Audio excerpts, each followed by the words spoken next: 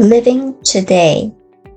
It is not the particular negative experiences we have gone through in the past that destroy our happiness, but rather our emotional reaction to those experiences carried in a reservoir of memory. Many people suffer complete defeat without having really been defeated. Others succumb the first time anything goes wrong.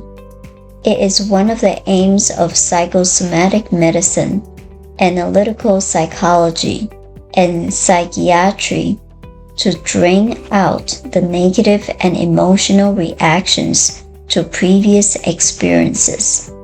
There is just as real an infection of the mind as there is of any part of our physical body. Almost invariably, our negative reactions to life, our unhappiness, and perhaps most of our physical disorders are based on unhappy experiences that are buried alive in our memory. But yesterday can have no reality to us other than as our reaction to it.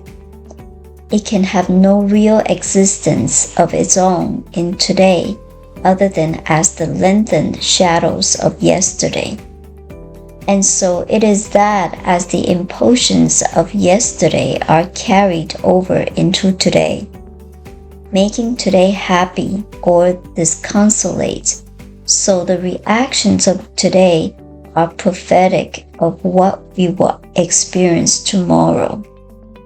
Yesterday is gone, tomorrow has not arrived, and I live in an eternal present filled with an everlasting good.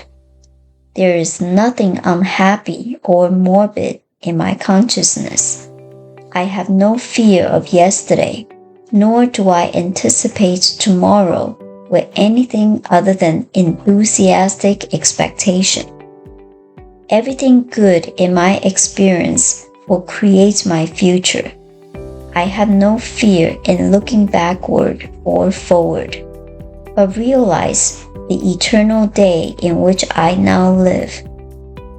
Today is big with hope fulfilled, with love and life well lived.